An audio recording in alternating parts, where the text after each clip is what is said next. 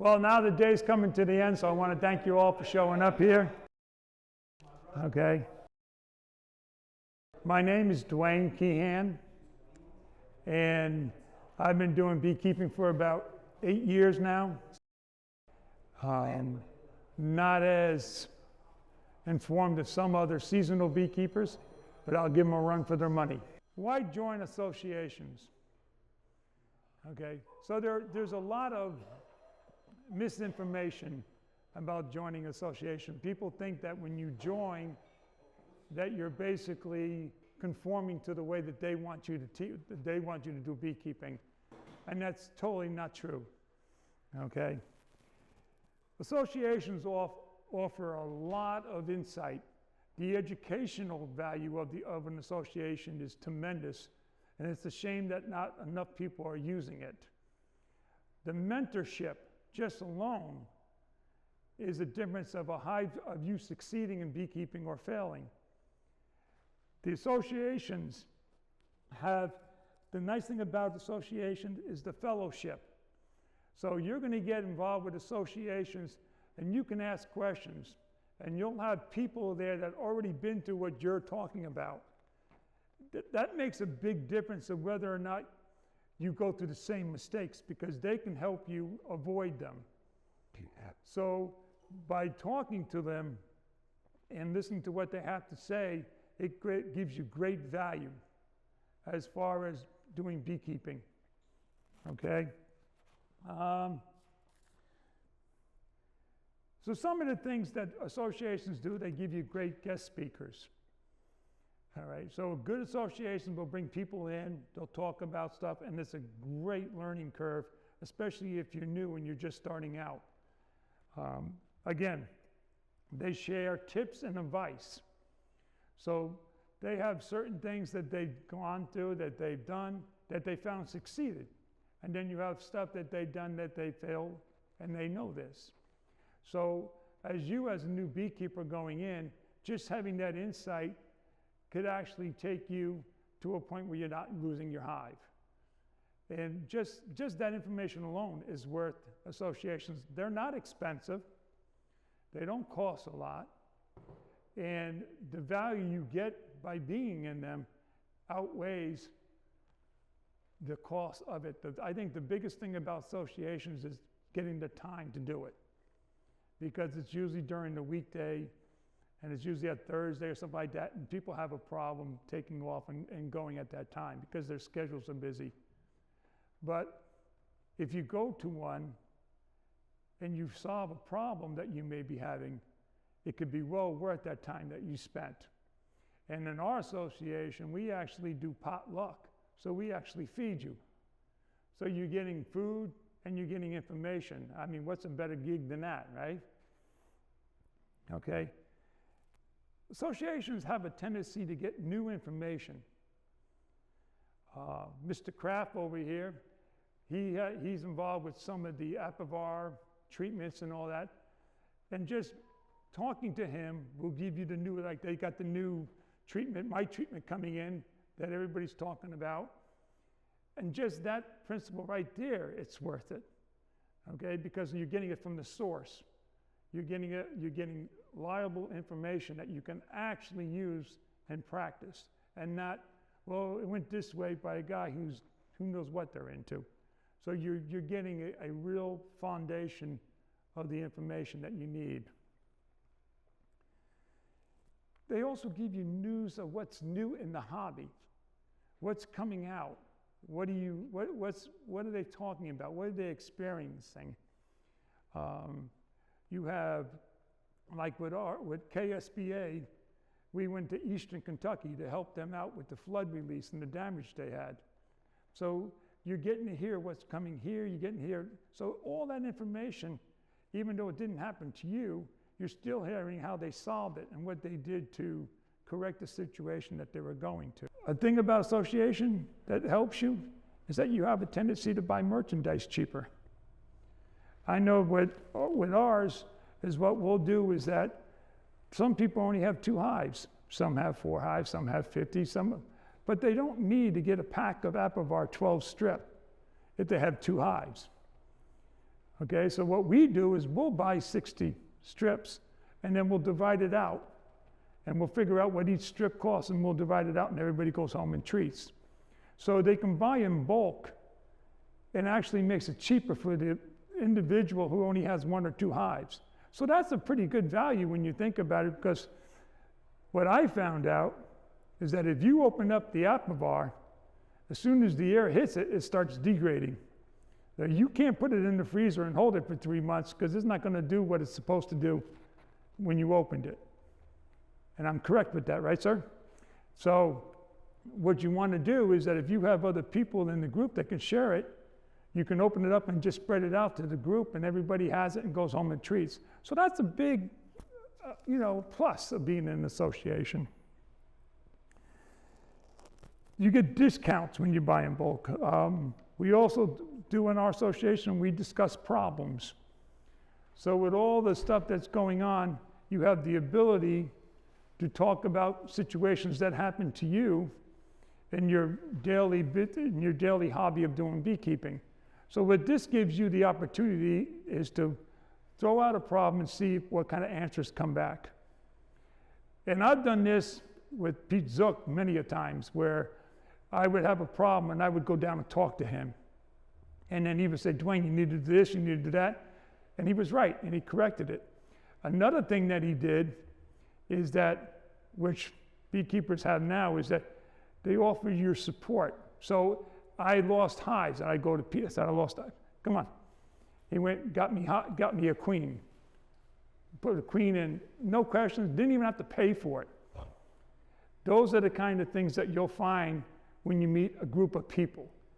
If you stay home and all you do is YouTube and all you do is the internet, you're going to miss that interaction of being involved with fellow beekeepers. And believe it or not, that's important to have.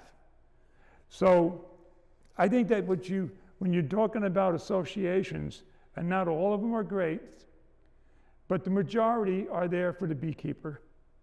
And if it's not great, you can make it great by participating in it and turning it around.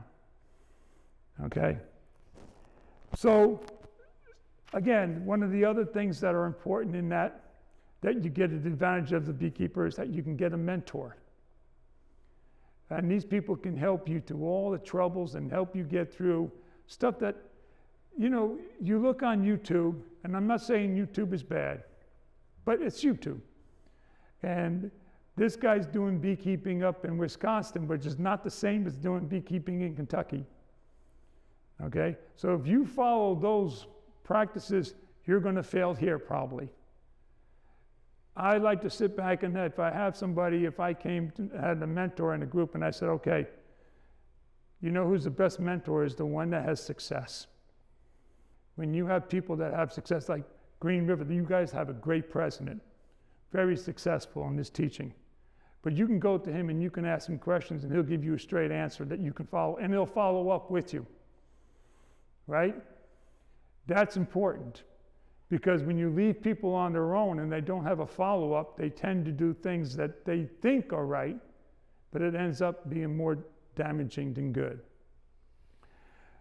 So really it's not really a lot that I can say about it, but it basically just comes down to, it's a support group. And that's what associations should be. They should be a support group to further your education in beekeeping. And if you use it that way, it will benefit you extremely in the long run.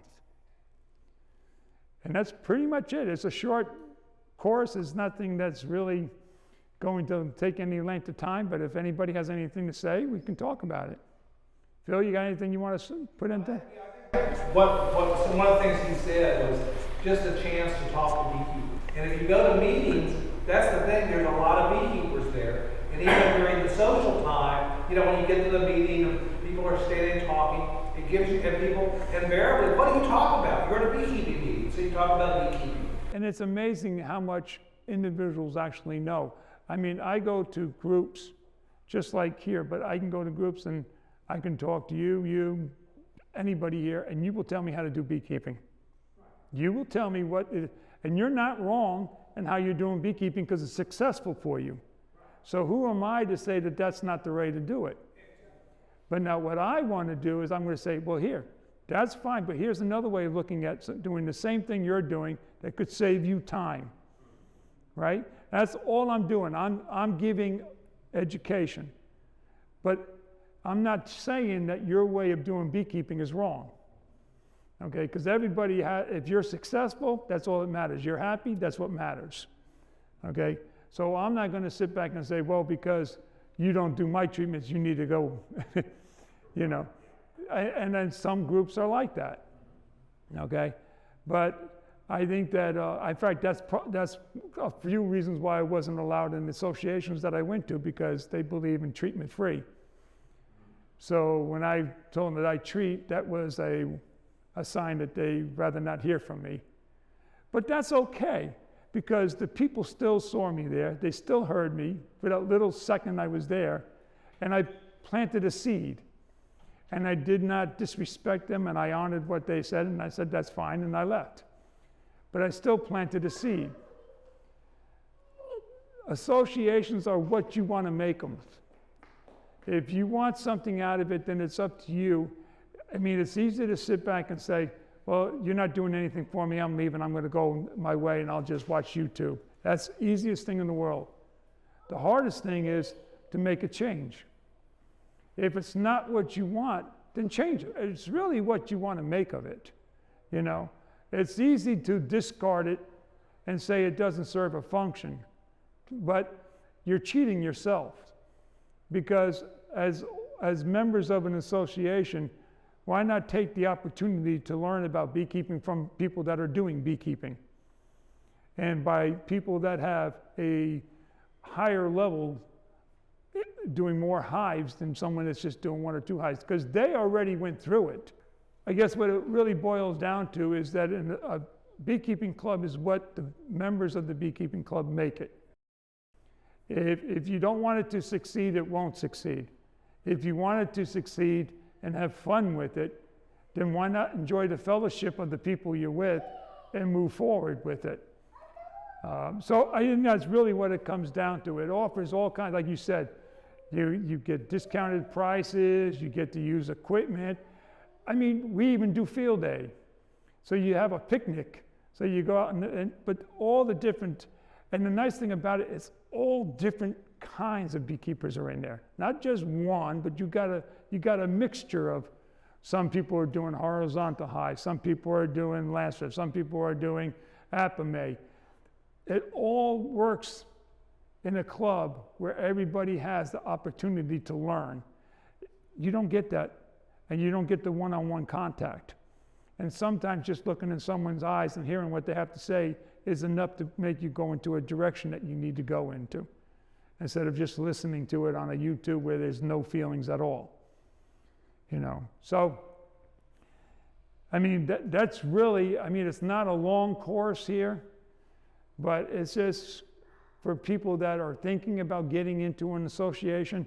I belong to 4, and I mean, I think besides the one that I do in Hardin County in KSBA, I think the next one is Grayson County, because they're old. Everybody's in there is in their 70s and 80s, and they know so much stuff.